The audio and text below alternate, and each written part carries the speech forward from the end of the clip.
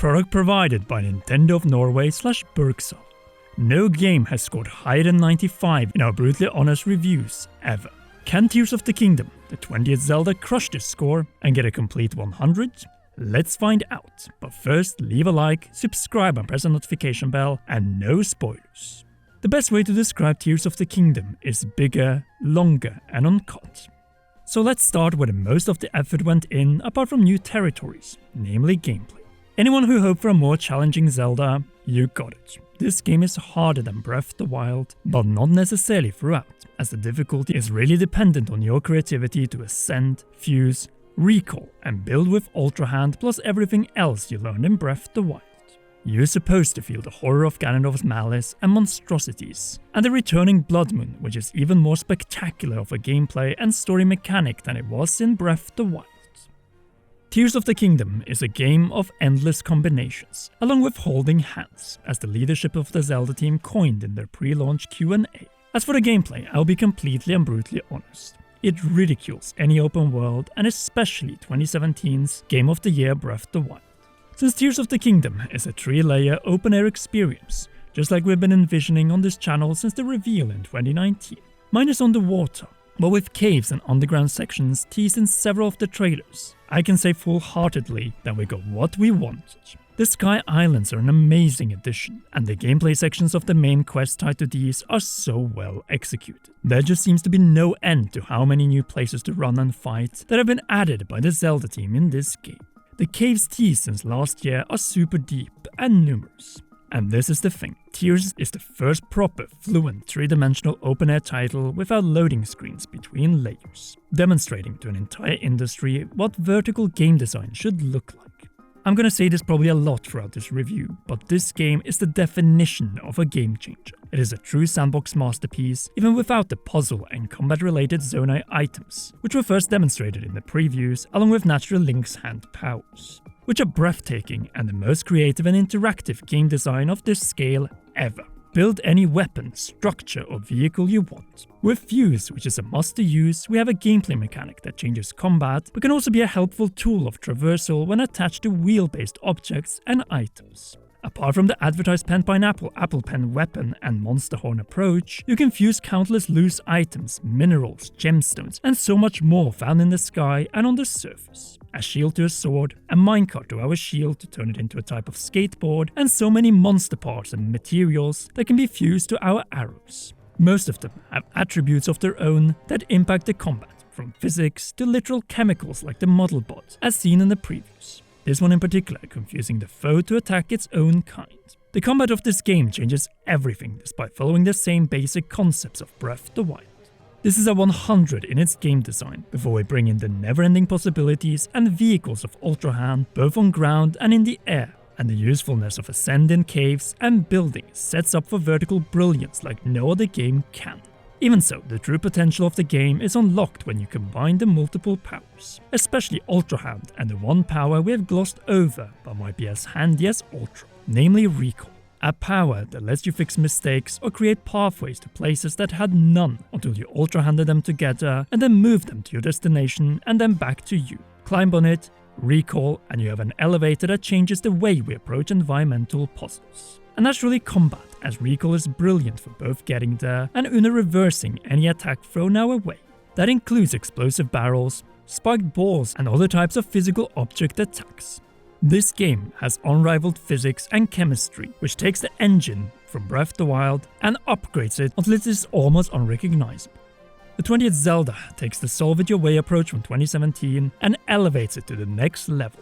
Let me just say it straight out, if there's one thing the Zelda team wants us to do, then it is to follow this particular Triforce. Use the power of your imagination, the wisdom of thinking outside the box, and the courage to be creative. Sprinkled with Zonai high-tech, or if you prefer, modern day, though naturally in Zelda's case, distant past items and weapons. There are just so many of them, and nearly all of them offer a gameplay experience that is unbeatable when you use your imagination. For instance, the Japanese are already taking full advantage of it, and specifically Soul Banana, who's already building fully functional Gundam mechs, flying fortresses, and all by combining Zonai items with Ultra Hand. This game is absolutely nuts in its possibilities. The Zelda team have created a monster of a game that is bigger and better than Breath of the Wild in every regard, apart from not having 100% new territories with constant discoveries. Here it is more about discovery of the unknown and rediscovery of the altered known, constant dualities, or if you prefer, combinations. Two of the most important themes of this 20th Zelda. We see it especially in the sections with Tulin, Sidon, and so on. On top of the main quest, there are secrets waiting to be uncovered on every corner. Oh, and so many more and better bosses, both mandatory and optional. Changes like these can be found across the layers, including with the inclusion at launch of several of Breath of the Wild's paid DLC functions like the Travel Medallion. It is no exaggeration that the Zelda team has designed this game for nearly everyone skilled enough to play it. A title that demonstrates what all future open-world games should be. As what the Zelda team could improve, they have cranked up to 11, except when they didn't. A perfect example of a minimal, but in my eyes massive upgrade is the Pro HUD mode, which no longer shows any UI when not hurt in combat or on your last heart. The whole menu and options experience is such an upgrade, and cooking is now even more fun with all the recipes we make saved in its own cooking book. Speaking of books, the list of improvements is probably the length of a novel, and so goes with the many alterations that have done wonders, specifically in reigniting the flame to discover all the secrets. Which brings us to side quests, another field that has seen meaningful upgrades, and none of them are more welcome, as the promoted in the final trailer team up with fellow warriors to fight and liberate Hyrule from bothersome monster camps. These brief action-filled sequences are engaging, adrenaline-pumping, and oh so exciting. One of the best multi-stage side quests in the series, that also leads to additional side quests with depth and meaning. The soundtrack is better than in Breath of the Wild, period. Existing tracks have been remixed, and the new inclusions are, believe it or not, even better. And the same goes in the dungeon and puzzle industry. The new themes here are just stupendous and a clear improvement from what we saw in Breath. Speaking of dungeons, they're no longer the parody present in Breath of the Wild.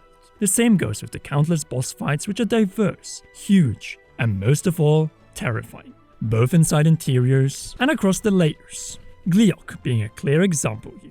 There's just so much to go over, but since we need to follow our brutally honest format and also length, I will just say that this game is Breath of the Wild evolved with a solid blend of new and also traditional Zelda.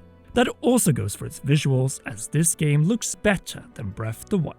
The washed out colors of fog is gone, the draw distance is better, and when capturing footage I no longer need to add the same amount of color adjustment. The FSR Super Resolution has clearly helped, and it shows in its plot. No spoilers as promised. As this story soars high above Breath of the Wild's, despite being told in a similar manner, it has far more highlights and greatly benefits from a humanoid antagonist. In a story that is a beautiful blend of Ocarina of Time, The Wind Waker, Twilight Princess, and Skyward Sword.